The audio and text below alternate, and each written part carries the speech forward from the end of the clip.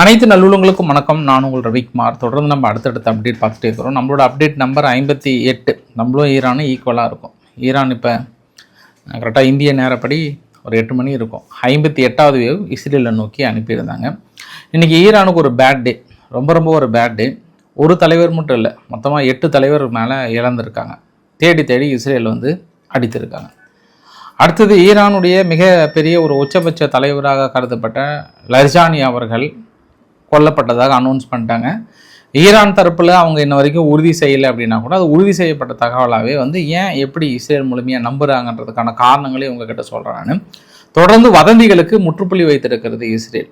அதை தாண்டி அங்கே ஈரானில் இருக்கக்கூடிய நிகழ்வுகள் என்ன, லெபனானில் இருக்கக்கூடிய சம்பவங்கள் என்ன, சுற்றி ஒருங்கிணைந்த ஒரு தகவலாக பார்க்க போகலாம். இன்றைக்கி உங்ககிட்ட ஒரு டீட்டெயில் ஒரு சில விஷயத்தை கொஞ்சம் டீட்டெயிலாக பேசலான்னு இருக்கேன். ஏன்னா மொசாத் இது எப்படி வந்து எக்ஸிக்யூட் பண்ணியிருப்பாங்க அப்படின்ற ஆங்கிளையும் நான் சொல்கிறேன். நான் மேபி அது கான்ஸ்பிரசி தியரியாக இருந்தாலும் இதுக்கப்புறம் எப்படி பண்ண போகிறாங்க அப்படின்றதையும் நான் உங்ககிட்ட சொல்ல கொஞ்சம் ஒரு சில தகவல்கள் கலெக்ட் பண்ணியிருக்கேன். பார்க்கலாம் அது எப்படி கரெக்டாக மேட்ச் ஆகுதுன்னு பார்க்கலாம் நம்ம. அதனால் வாங்க நண்பர்களே, நம்ம வீடியோக்குள்ளே போகலாம். வீடியோக்குள்ளே போகிறதுக்கு முன்பு நீங்கள் நம்ம சேனலை சப்ஸ்கிரைப் பண்ணிட்டு வாங்க. மறக்காம பெல் பட்டனை கிளிக் பண்ணி ஆல் ஆப்ஷன்ஸ் கொடுங்க. வீடியோக்குள்ளே போகலாம். முக்கியமான விஷயத்தை மறந்துட்டேன். வாக்காளர் பெருமக்களே, இந்த தேர்தல் திருவிழாவில் கலந்துக்கிட்டு என்ஜாய் பண்ணுங்கள். அப்படியே உங்கள் பொண்ணான கைகளில் சப்ஸ்கிரைப் பண்ணுறது முக்கியம் இல்லை, நம்ம சேனலுக்கு கொஞ்சம் ஹெல்ப் பண்ணுற மாதிரி கொஞ்சம் சப்ஸ்கிரிப்ஷனும் பண்ணிங்கன்னா இன்னும் கொஞ்சம் சிறப்பாக இருக்குன்ற ஒரு தாழ்மையோட வேண்டுகோளை விட்டுட்டு நம்ம நேராக சம்பவ இடத்துக்கு போயிட்டே இருக்கலாம். ஃபஸ்ட்டு இஸ்ரேல், அதுக்கப்புறம் நம்ம ஈரானுக்கு போகலாம். ஸோ வீடியோவில் போகிறதுக்கு முன்பு நீங்கள் நம்ம சேனலை சப்ஸ்கிரைப் பண்ணிட்டு வாங்க. மறக்காம பெல் பட்டனை கிளிக் பண்ணி ஆல் ஆப்ஷன்ஸ் கொடுங்க. வீடியோக்குள்ள போகலாம்.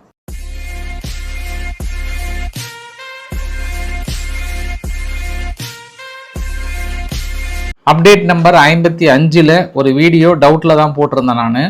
அதாவது யுஏஇனுடைய எண்ணெய் கிடங்குகள் அந்த துபாய் ஏர்போர்ட் பக்கத்தில் பற்றி எரிஞ்சிருந்த பதிவு ஒன்று போட்டிருந்தேன். பட் அது ஃபேக்குன்னா ரொம்ப பழைய வீடியோ. அது 2020 நடந்த வீடியோஸ். அது எனக்கு டவுட்டாகவே இருந்தது. அவசரத்தில் எடுத்து போட்டு நான் கிராக் வந்து வெரிஃபை பண்ணி இப்போ நடந்த மாதிரி சொன்னதுனால கொஞ்சம் டவுட்டாக போட்டேன். பட் அது இப்போ வெளியே ரொம்ப பழைய வீடியோன்றதை நான் உங்ககிட்ட உறுதி பண்ணிக்கிறேன். ஃபஸ்ட்டு நான் என்ன வதந்திகளுக்கு ஒரு முற்றுப்புள்ளி வைத்தது இஸ்ரேல் அப்படின்னா, எந்த வீடியோ பதிவு போட்டாலும் அது ஏஐ வீடியோ, அந்த வீடியோ, இந்த வீடியோன்னு சொல்லிட்டு எல்லாம் தூக்கிட்டு வருவாங்க. அவங்களும் ஃபன் பண்ணிகிட்டு இருந்தாங்க. யார்? இஸ்ரேலினுடைய பிரைம் மினிஸ்டர் ஆஃபீஸை வந்து பயங்கரமாக ஃபன் பண்ணிகிட்டு இருந்தாங்க. சரி என்ஜாய் பண்ணுங்க அப்படின்ற மாதிரி அப்பப்போ ஒரு வீடியோவை போட்டு உடனே அதில் கை இந்த பக்கம் போகுது, மூக்காடுது, கையில் மோதிரம் இருக்குது, மோதிரம் இல்லை, அந்த மாதிரிலாம் சொன்னாங்க. ஈவன் காலையில் அவங்க இஸ்ரேலினுடைய காட்ஸ் அவர்கள் வந்து ஒரு அனௌன்ஸ்மெண்ட் கொடுக்குறாரு. அவங்களுடைய நாட்டினுடைய மிகப்பெரிய ஒரு தலைவர் லர்ஜானி அவர்கள், அவங்களுடைய நேஷனல் செக்யூரிட்டியினுடைய தலைவர் இறந்து போயிட்டார். அப்போ நாங்கள் நெதன்யாஹூ அவர்கள்கிட்ட ஃபோனில் பேசின ஒரு பதிவுமே போட்டோடனே அதையும் தூக்கிட்டு வந்து பயங்கரமான ஏஐ வீடியோ அப்படின்னு மாதிரிலாம் வந்து சொன்னாங்க. சரி, இது வந்து அங்கே ஈரானில் நடந்த இழப்புகளை விட தொடர்ந்து இந்த இஸ்ரேல் மீது தொடுக்கப்படுகிற கேள்வி கணைகள் கொஞ்சம் கூட ஓயவே இல்லை. அது உலகளாவிய அளவில் மட்டும் இல்லை, அது நம்மளோட கமெண்ட் செக்ஷன்லையும் நம்ம பார்க்க முடியுது.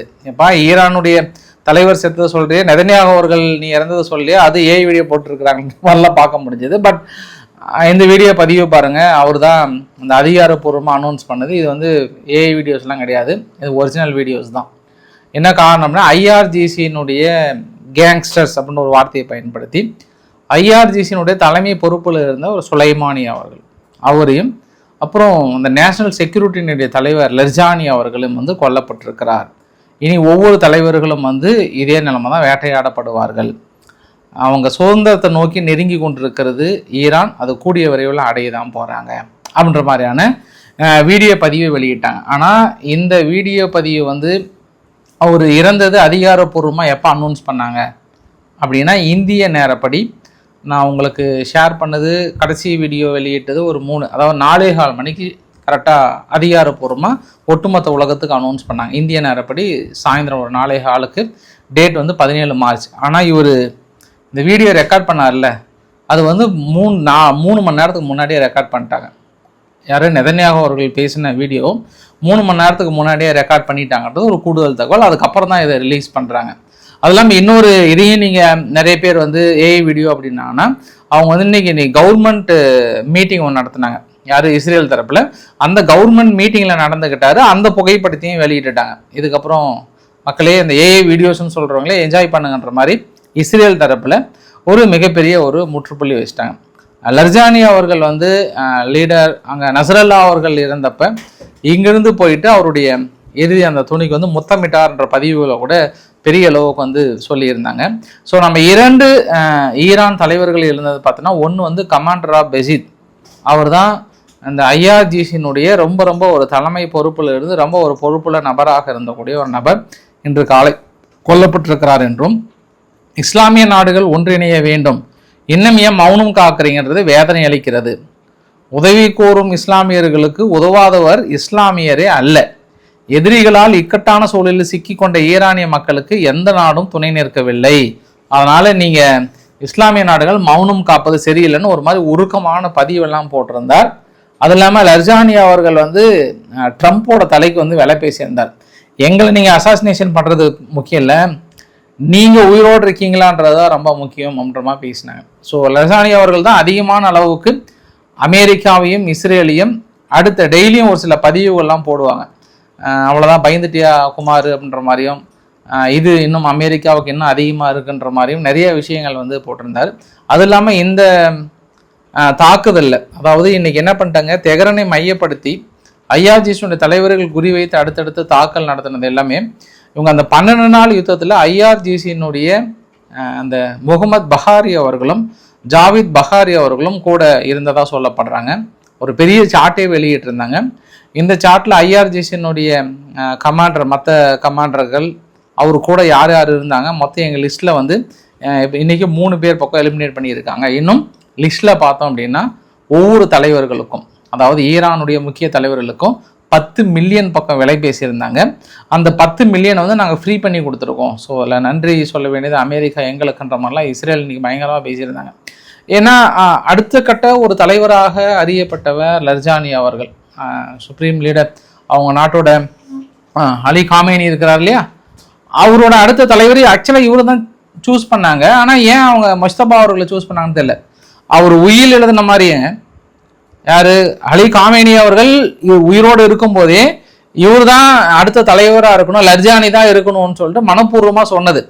ஆனால் ஏனோ தெரியவில்லை, அரசியல் வாரிசாக முஸ்தபா அவர்கள் தேர்ந்தெடுத்துட்டாங்கன்ற ஒரு கான்ட்ரவர்சி அங்கே கொஞ்சம் நிலவிட்டே இருந்தது.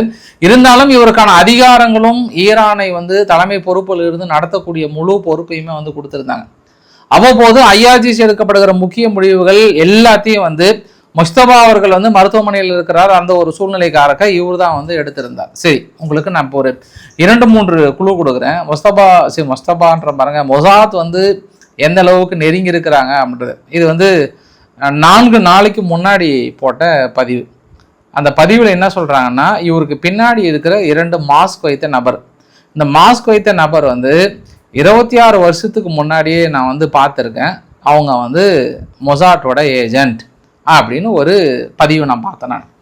ஆக்சுவலாக நான் என்ன நினச்சேன்னா, அதுக்கப்புறம் வந்து நிறைய இடத்துல பார்த்தேன், நான் அதை நான் லூஸ் டாக் விடல, நான் சும்மா அப்படியே கேஷுவலாக விட்டுட்டேன். சரி ஓகே, 4 நாளைக்கு முன்னாடினா அந்த கூட்டமும் நடந்ததில்லை, ஐஆர்ஜிசியினுடைய தலைவர்களோட கூட்டம்லாம் வந்ததில்லை. ஆக்சுவலாக அப்பயே ஒவ்வொருத்தரும் வெளியே வருவது என்பது அவங்களுக்கு பெரிய ஒரு சிக்கலை ஏற்படுத்தும். ஏன்னா அவங்களோட இருப்பிடங்களை வந்து சர்வசாதாரணமாக தெரிஞ்சுப்பாங்க. அப்புறம் மறுபடியும் அந்த 4 நாளுக்கு அப்புறம் 3 நாள், ஒரு நாள் கழிச்சு என்ன பண்ணாங்கன்னா, இன்னொருத்தர் வந்து சம்திங், அது ஒரு மர்ம நபர்கள்னு வச்சுக்கோங்களேன், மறுவைத்த நபர்கள், அவர் வந்து பொது வெளியில தான் போட்டிருந்தார். ஆக்சுவலாக அந்த பதிவு எல்லாமே அவர் வந்து பக்கத்தில் மாஸ்க் வச்சிருக்கிற நபர் வந்து லர்ஜானி அவர்களுடைய நாட்கள் மேபி எண்ணப்பட்டிருக்கலாம்.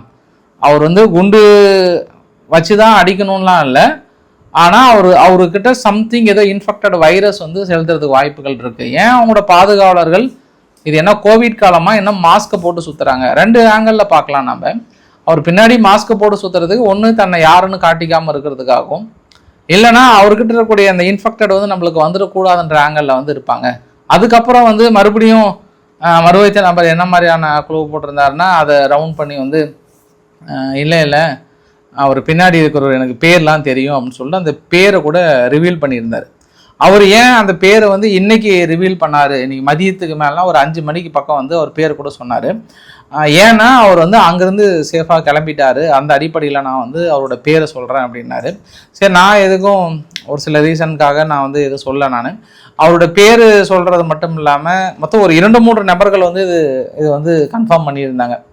அதாவது எப்படி அவங்க வந்துன்னா ஒவ்வொரு தலைவர்களுக்கு பின்னாடியும் வந்து ஒரு 2 நபர்கள் 3 நபர்கள் வந்து மொசாத் இருக்கிறாங்கன்ற ஆங்கிள் சொல்கிறாங்க.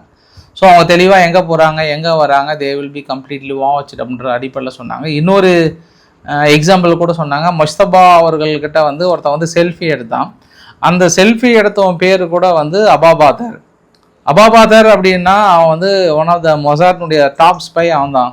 ஆனால் சர்வசாதாரணமாக பக்கம் போயிட்டு அவர்கிட்ட செல்ஃபி எடுத்திருக்காங்க அப்படின்னும் போதே தெரியுது, அப்படியே ஊடுருவிட்டாங்க. இப்போ ஐஆர்ஜிசியில் இருக்கிறவங்கள கூட மொசாட் நபர்கள் தான் அதிகமாக இருக்காங்கன்ற மாதிரி சொன்னோம். ஸோ இது நான் ரொம்ப சொன்னோம்னா ரொம்ப ப்ரைஸ் பண்ணுற மாதிரி இருக்கும். அது இல்லாமல் நம்ம முன்கூட்டியே ஏதாவது சொன்னோம்னா அவங்க எல்லாருமே உருக்கமாக இருக்கிறாங்க. ஒரு சில தலைவர்கள் ரொம்ப உணர்வுபூர்வமாக அந்த பதிவுகளை பார்க்குறாங்க. நம்ம பாட்டுக்கு அசால்ட்டாக 4 நாள் முன்னாடி ஏதாவது ஒன்று ஏஸ்க புஸ்கா சொல்லி அது நடந்துச்சுன்னா அப்புறம் நம்ம மேலே கோத்து விட்றாங்க, யோ நீ வந்து மொசாதோட ஆளாக இருக்கிற அப்படின்ற மாதிரி கோத்து விட்றாங்க. எனக்கு கொஞ்சம் பயமாக இருக்குது வெளியில் போகிறதுக்கு.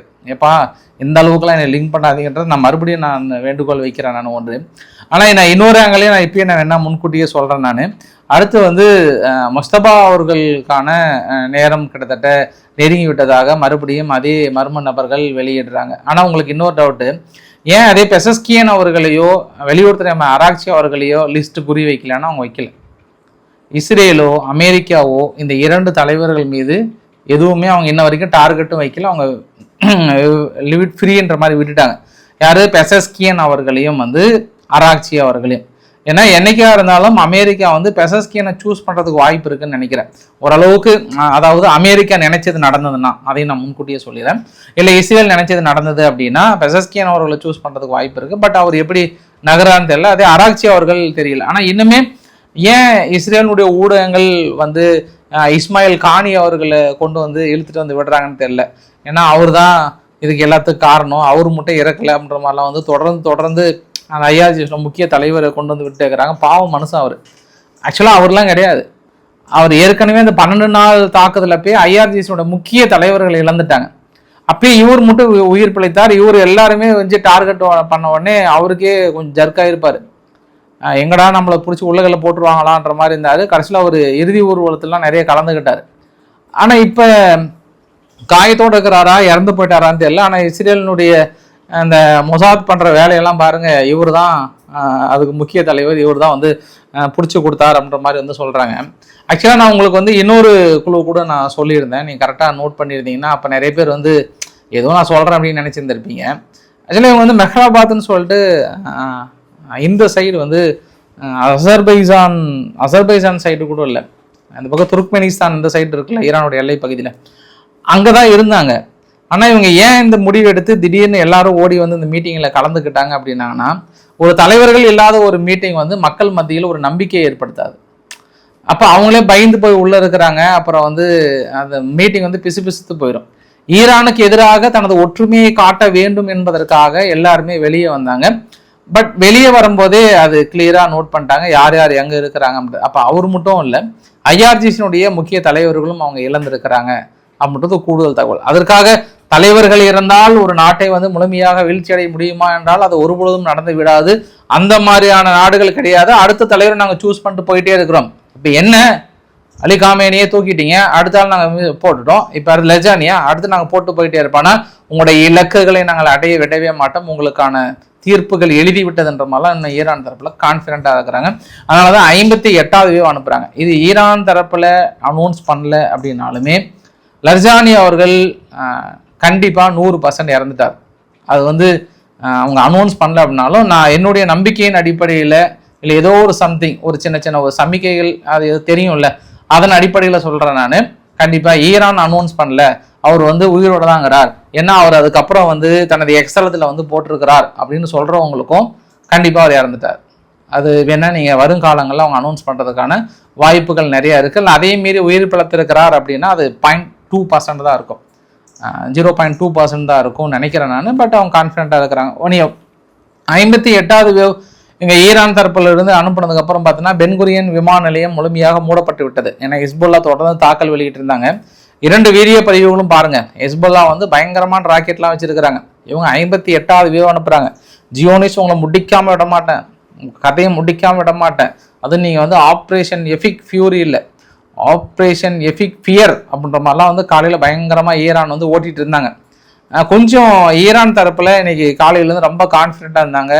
அதுவும் நேற்று ட்ரம்ப் அவர்கள் பேசுனதெல்லாம் பார்த்தா ஆல்மோஸ்ட் ஈரான் வந்து வெற்றி 80% வெற்றி கழிப்பில் கொஞ்சம் இருந்தாங்க. பட் இன்னைக்கு அவங்களுக்கு கொஞ்சம் பயங்கரமான அடியாக இருக்குது. இதை மட்டும் நான் சொல்லலை. இன்னும் நான் உள்ளே போகிற தகவல் இன்னும் நான் 2-3 சொல்கிறேன். நான் இந்த எஃபிக் பியூர் மட்டும் இல்லாமல் அவங்க ரோரிங் லயன்னு சொன்னாங்க இல்லையா, அது ரோரிங் லயன் இல்லை, அது ரோரிங் கேட்ன்ற மாதிரிலாம் வந்து ஓட்டிகிட்டு இருந்தாங்க ஈரானுடைய தலைவர் சார்பாக வந்து. பட் அடுத்தடுத்த நிகழ்வுகள் என்ன அப்படின்னா, இன்னைக்கு தெஹ்ரான் முழுவதும் இந்த செக் போஸ்ட் எல்லாம் நிற்பாங்கல்ல காவல்துறையில், இந்த பஜித் போலீஸ் காவல்துறை நிற்கும்ல, எல்லா இடத்தையும் அடிச்சிட்டாங்க. யார்? இஸ்ரேல் வந்து பர்டிகுலர் ட்ரோன் தாக்குதல் உள்ளேருந்து அடிச்சிருக்காங்க. ஒரு சில ஐஆர்ஜிஸினுடைய அந்த பைக்கெல்லாம் இருக்குல்ல, பைக்கை போய் ஸ்டார்ட் பண்ணும்போதெல்லாம் வெடிச்சிருக்கு. அதெல்லாம் எப்படி எனக்கு செட் பண்ணாங்கன்னு தெரியல. ரொம்ப நிறைய ஊடுருவிட்டாங்களோ அப்படின்ற இன்னொரு ஆங்கிள்லையும் பார்க்க முடிகிறது. அந்த பைக் ஒரு கார் ஒன்று இருக்கும், கார் பக்கத்தில் ஒரு 2 காவல்துறை வந்து செக் போஸ்ட் ஒதுங்கிட்டு இந்த பக்கம் ஒதுங்கி நிற்கிறாங்க. அந்த வீடியோ பதிவு என்னால் போட முடியல, அது வெடிக்குது. இன்னொரு பக்கம் செக் போஸ்ட் வந்து ஒரு ஓரமாக நிற்கிறாங்க, அது மேலேருந்து ட்ரோன் அட்டாக் நடத்துகிறாங்க. இந்த மாதிரி ஒட்டுமொத்தமாக ஒரு 15 இடத்த குறி வைத்து இன்னைக்கு தாக்கல் நடத்துகிறாங்க. மறுபடியும் இஸ்ரேல் என்ன சொல்கிறாங்கன்னா, இனி காவல்துறை என்பதற்கு தெஹ்ரானுக்குள்ள வேலையே கிடையாது, எந்த அளவுக்கு நாங்கள் முடிக்க முடியுமோ முடிக்கிறோம். அதனால மக்களுடைய ரெவல்யூஷன் வந்து ஸ்டார்ட் ஆகுது. காவல்துறை என்கிற கட்டுப்பாடு இருந்தாலும் மட்டும்தானே ஈரானுக்குள்ள வந்து ரெவல்யூஷன் வராது. இனி நாங்கள் ரெவல்யூஷனை வர வைக்கிறதா எங்களோட முக்கியமான நோக்கமே அப்படின்னு சொல்லியே காவல் நிலையங்களை அடிக்கிறார்கள். காவல் நிலையங்கள் முடிந்ததுக்கு அப்புறம் அந்த செக் போஸ்ட் அடிக்கிறாங்க.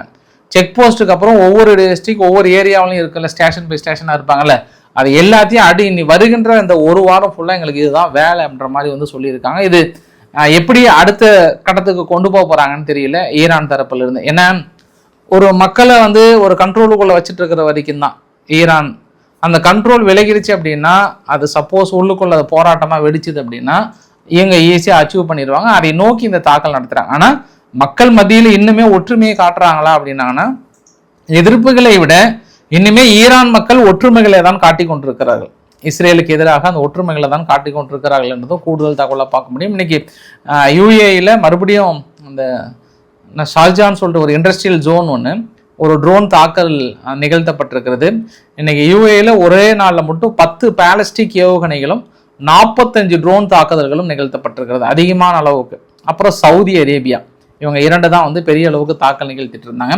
அடுத்து லெபனான் ஹெஸ்புல்லானுடைய தாக்குதலை பெரிய அளவுக்கு கிளைம் பண்ணாலும், கொஞ்சம் இஸ்ரேலுக்கு பெரிய அளவுக்கு ட்ரபிள் கொடுத்தாலும், அடுத்தடுத்த பகுதிகளில் 2 பெட்டாலியனை உள்ள அனுப்பியிருக்காங்க. இனி வருகின்ற காலங்களில் லெபனான் ரொம்ப ஒரு கிரிட்டிக்கல் கண்டிஷன். ஆல்மோஸ்ட் 926 பக்கம் இறப்புகள் சொல்கிறாங்க. அந்த அளவுக்கான இறப்புகள் அதிகமாக இருக்குன்ற மாதிரி வந்து சொல்கிறாங்க. அடுத்து வந்து ஸ்ட்ரெய்ட் ஆஃப் ஹார்மூஸ் பகுதியில் கடந்த 2 நாட்களாக இது வரைக்கும் 15 வெசல்ஸ் வந்து கிராஸ் ஆகிருக்கு. 15 வெசல்ஸில் வந்து 8 ட்ரை பல்க் வெசல்ஸ், ஒன்றுமே இல்லை, 5 டேங்கர், 2 எல்பிஜி கேரியர், அதில் ஒன்று வந்து நம்மளது ஏற்கனவே வந்துருச்சு. குறிப்பாக நம்மளுடைய கப்பல், இந்தியாவுக்கு தேவையான கப்பல் இப்போ தான் ஸ்ட்ரெய்ட் ஆஃப் ஹார்மூஸில் ஜாக் வசன்ட்டு, இன்னொன்று வந்து பைன் கேஸ், இது 2ம் பேந்தர் அப்பாஸ் பக்கம் வந்துட்டு இருக்கு. ஆல்மோஸ்ட் இது ஒப்புதல் கொடுத்துட்டாங்க. இனி இது கிராஸ் ஆகி வரதான் பெண்டிங். இது வந்தது அப்படின்னா ஆல்மோஸ்ட் கிட்டத்தட்ட ஓகே ஆகிடும், நம்மளுக்கு கொஞ்சம் அந்த தேவைகள் வந்து கிட்டத்தட்ட ஃபுல்ஃபில் ஆகிடும்ன்ற மாதிரியும். அதே போல் அந்த கார்க் ஐலாண்ட் இருக்கு இல்லையா, கார்க் ஐலாண்ட்லேயும் ஈரானுடைய கப்பல் தொடர்ந்து லோடை ஃபில் பண்ணுறாங்க. அவங்களுக்கும் அனுமதி கொடுத்துட்டாங்க. அதனால தான் அந்த க்ரூட் ஆயிலோட விலை கொஞ்சம் சற்று ஆறுதல் இருக்கிறது அப்படின்ற மாதிரி வந்து சொல்லப்படுகிறது. அப்போ ஈரானும் வந்து சீனாவுக்கு ஏற்றுமதி பண்ணுறாங்க. இதுக்கப்புறம் கொண்டு போகிறாங்களான்றதை பார்க்க வேண்டிய ஒரு விஷயம். இந்த பக்கம் ஜோர்டனுடைய கிங் வந்து திடீர்னு இன்னைக்கு யுஏஇ வந்திருந்தார். ஜோர்டன் மட்டும் கிங்கு மட்டும் இல்லை, இன்னைக்கு எல்லா தலைவர்களும் ரொம்ப டிஸ்கஸ் பண்ணாங்க. ஈரானுக்கு எதிராக இதுக்கப்புறம் கடுமையான நடவடிக்கைகள் எடுக்க வேண்டும் என்று முடிவு செய்யப்பட்டதாக ராய்ட்டர் சொல்கிறாங்க. இனியும் நம்ம பொறுமையாக இருக்கக்கூடாது, நம்ம அரபு நாடுகள் ஒன்றிணைந்து எதிர்க்கணும். சும்மா நம்மளை வந்து அடிச்சிட்டு இருக்கிறாங்களே, இது நியாயமா? அமெரிக்கா நிலைகள் அடிக்கிறது பிரச்சனை இல்லை, ஆனால் நம்ம தொழில் சார்ந்த நிறுவனங்கள், மக்கள் குடியிருப்பு பகுதிகள், இதையெல்லாம் வந்து கொஞ்சம் அவங்க எல்லாம் ஒன்று சேர்ந்துருக்கிறாங்க. நாளைக்கு அவங்க எகெயின்ஸ்டாக மாறுறாங்களான்னு தெரியல. இப்போ ட்ரம்ப் மனசுக்குள்ளே தோணும், எப்போ என்னை நேட்டோ நாடுகள் தான் கை விட்டுட்டாங்க, நீங்களாவது எனக்கு ஆறுதல் கொடுக்கப்பா அப்படின்னு வாங்க நினைக்கிறேன் நான். ஏன்னா நேட்டோ நாடுகளை பற்றி நீங்கள் பயங்கரமாக ட்விட்டர் போட்டிருக்காரு. அதற்கு முன்பு மேக்ரன் அவர்கள் மறுபடியும் ஒரு தடவை தெளிவு பண்ணிட்டார், இது எங்கள் வார் கிடையாது, நீங்கள் எங்ககிட்ட டிஸ்கஸ் பண்ணவே கிடையாது, நீங்கள் போய் ஸ்டார்ட் பண்ணீங்க, நீங்களே முடிச்சுக்கோங்க, நாங்கள் வந்து இதில் இன்வால்வ் ஆக மாட்டோம், ஒன்லி நாங்கள் வந்து லொஜக் மொஜக் போர்டு மட்டும்தான், அந்த வேலை மட்டும் தான் எங்களுக்கு. அதாவது டிஃபென்ஸ் மோடு. இந்த வடிவேல் வந்து சுருதி எந்த பக்கம்னாலும் அட்டாக் பண்ணு, நான் தடுத்துருமன்றால அந்த மாதிரி எந்த பக்கம்னாலும் சரி லொஜக் மொஜக் அது மட்டும்தான் இனி பிரான்ஸோட வேலை, மீது எந்த வேலையும் கிடையாதுன்ட்டு சொல்லிட்டாங்க. இவங்க எல்லாம் அவங்கவுங்களுக்கு ஒரு பிரச்சனை பாஸ். இந்த காஜா கலாஸ் இருக்காங்கல்ல ஐரோப்பானத்தில், மறுபடியும் இன்றைக்கி வந்து இந்த அம்மா என்ன சொல்கிறாங்க, அமெரிக்கா எங்களுக்கு வந்து நாங்கள் வர்றது கூட எங்களுக்கு இங்கே வேலை அதிகமாக இருக்குது, எனக்கு சீக்கிரம் அந்த ஏரியா கொஞ்சம் முடிச்சு கொடுங்க, ஸ்ட்ரெயிட் ஆஃப் ஹார்முஸை, ஏன்னா இதனால் கொஞ்சம் ரஷ்யா வளர்ந்துட்டுருக்கு, எங்களால் ஏற்றுக்க முடியாது, நாங்கள் போட்ட திட்டம்லாம் ஃபெயிலர் ஆகுது அப்படின்னு சொன்னால். பட் ட்ரம்ப்பு கோபரமாக வராதா? இல்லை இந்த வார்த்தை கேட்டதுக்கப்புறம் நேட்டோ வந்து ஒரு ஃபூலிஷ் மிஸ்டேக் பண்ணியிருக்காங்க. அது ஒரு பெரிய ட்விட்டே போட்டார். நேட்டோ வந்து அவங்களுடைய ஒட்டுமொத்த நாடையும் வந்து ஒன் சைடாக இருந்து காப்பாற்றினது நான் தான். ஈரான் வந்து ஒரு டெரரிஸ்ட் ரீஜியன், அவங்களால மிடில் ஈஸ்ட்லேருந்து பெரிய அளவுக்கு டேஞ்சராக இருந்தாலும் இது நாட்டின் நன்மைக்காக தான் இதை நான் முடிவு எடுத்தேன். அவங்ககிட்ட அணு ஆயுதங்கள் இருக்கக்கூடாதுன்னு அடிப்படையில் தான் சொன்னேன். நான் நேட்டோவுக்கு நான் பண்ணாத உதவிகளாக $பில்லியன் நான் தொடர்ந்து அவங்கள காப்பாற்றிட்டு இருந்தேன், ஆனால் அந்த நன்றி கடன் இல்லாமல் இருக்காங்க, இனி அவங்களுக்கு இருக்குன்ற மாதிரிலாம் ஒரு பெரிய ஒரு பக்கமே போட்டிருந்தாங்க. அந்த ஒரு பக்கம் ஃபுல்லாகவே வந்து சிம்பிளாக சொல்லணும் அப்படின்னா ஃபூலிஷ் மிஸ்டேக். எங்களை உதாசீனப்படுத்திட்டீங்களே நேட்டோ நாடுகள், அமெரிக்கா என்ற ஒற்றை நாடு நம்பி இருக்கிறீங்க, என்னை உதாசீனப்படுத்திட்டீங்களே, இனி இருக்குது உங்களுக்குன்ற மாதிரி சொல்கிறாங்க. நேற்றே மார்க் ருட்டே வந்து ஐரோப்பா நாளை பார்த்து கெஞ்சினார், அமெரிக்கா எல்லாம் நம்மளால முடியாதுப்பா, வேண்டாம்பா, எதுக்கு வேண்டாம்பான்னாங்க. அதுக்காக அவங்க என்ன பண்ணுவாங்க, போரில் வந்து கலந்துக்க முடியுமா? இங்கே எவ்வளோ சிக்கல் இருக்குங்க.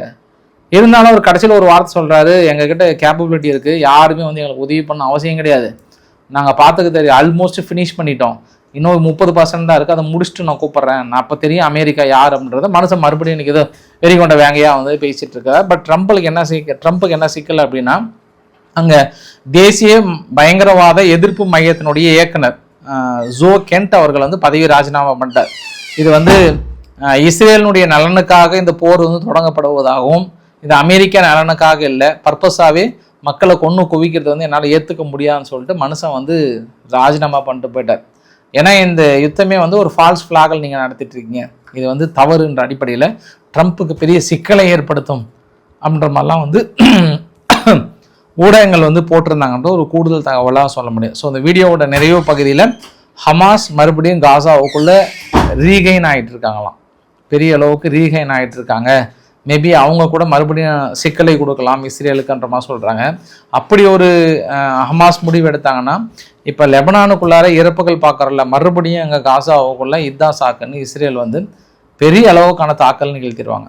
இந்த தடவை லாஸ்ட் டைம்னா கூட இஸ்ரேல் வந்து அங்கே உள்ள பிணைய கைதிகள் இருந்தாங்கன்றதுனால கொஞ்சம் பார்த்து பண்ணாங்க. பட் இந்த தடவை இஸ்ரேல் கேட்கறதுக்கெல்லாம் இப்போ வந்து இஸ்ரேலுக்கு வந்து அன்லிமிட்டட்னா இப்போ லெபனானுக்குள்ளே தாக்கல் நடத்துறது யாராவது கேட்க முடியுதா? ஏன்னா பெய்ரூட்டில் பாருங்கள், தாக்கல் நடந்த பதிவுகளை பாருங்கள், அடிச்சுட்டே இருக்கிறாங்க தாக்கல் நடத்தி. ஏன்னா இவங்க அந்த அளவுக்கு ஹெஸ்புல்லா உள்ள பூந்து இஸ்ரேல் மீது தொடர்ந்து ராக்கெட் ஏவிட்டே இருக்கிறாங்க. நேற்று நஹராயான்ற பகுதியில் பெரிய இழப்புகள், இன்னைக்கு பென்குரியன் விமான நிலையத்தில் தாக்கல் நிகழ்த்தப்பட்டதா சொல்றாங்க. அடுத்தடுத்து இங்கே அடிக்க இஸ்ரேலுக்கு வந்து சும்மா டென்ஷன் ஆகிட்டு தூக்கி சும்மா அந்த கோபத்தை எல்லாமே பெய்ரூட்டு மீது கால்வாசி காலி பண்ணிட்டாங்க. அந்த அளவுக்கு தாக்குதல்களை மிக பயங்கரமாக நிகழ்த்தி கொண்டிருக்கிறது. இந்த சதன் லெபனான் பகுதியெல்லாம் ஒன்றுமே இல்லைன்றாங்க. இன்னும் வருகின்ற நாட்களில் என்ன ஆக போது தெரியல. இவங்க ஒரு தாக்கல் நடத்தினா 30 கட்டெடுத்து அடிக்கிறாங்க இஸ்ரேல். அப்போ காசாவை நினச்சி பாருங்க என்ன ஆகும் தெரியல. இருந்தாலும் அவங்க தயாராக இருக்குன்ற மாதிரி சொல்கிறாங்க. எங்கள் பூமியை நாங்கள் பிடித்தே தீர்வோம் என்ற ஒற்றை இலக்குடன் ஹமாஸ் ஹெஸ்புல்லா களத்தில் இறங்க போகிறாங்கன்ற மாதிரி வந்து சொல்லியிருக்காங்க. நெதர்லாண்டில் ஒரு குண்டுவெடிப்பு நிகழ்வு நடந்தது. அதுக்கு ஈரானுக்கு ஏதாவது தொடர்பு இருக்குமான்ற ஆங்கிளில் வந்து விசாரணை பண்ணிகிட்டு இருக்காங்களாம் நெதர்லாண்டில். உக்ரைனுக்கு எவ்வளோ தைரியம் இருந்தால் இந்தியா பிடிக்கப்பட்ட அந்த 6 தீவிரவாதிகள், உக்ரைனுடைய தீவிரவாதிகளை அவங்கள உடனடியாக நீங்கள் ரிலீஸ் பண்ணணும், அது ஃபால்ஸ் ஃப்ளாக், அவங்களுக்கு சம்மந்தம் இல்லைன்ற மாதிரி கோரிக்கை வைத்ததாக சொல்கிறாங்க. அது என்னன்னு உங்களுக்கு நாளைக்கு விசாரிச்சுட்டு சொல்கிறேன். நான் பிடிச்சிருந்தா லைக் பண்ணுங்கள், ஃப்ரெண்ட்ஸுக்கு ஷேர் பண்ணுங்கள், சப்ஸ்கிரைப் பண்ணுங்கள். ரவிக்குமார் சோமு சேனல். நன்றி, வணக்கம்.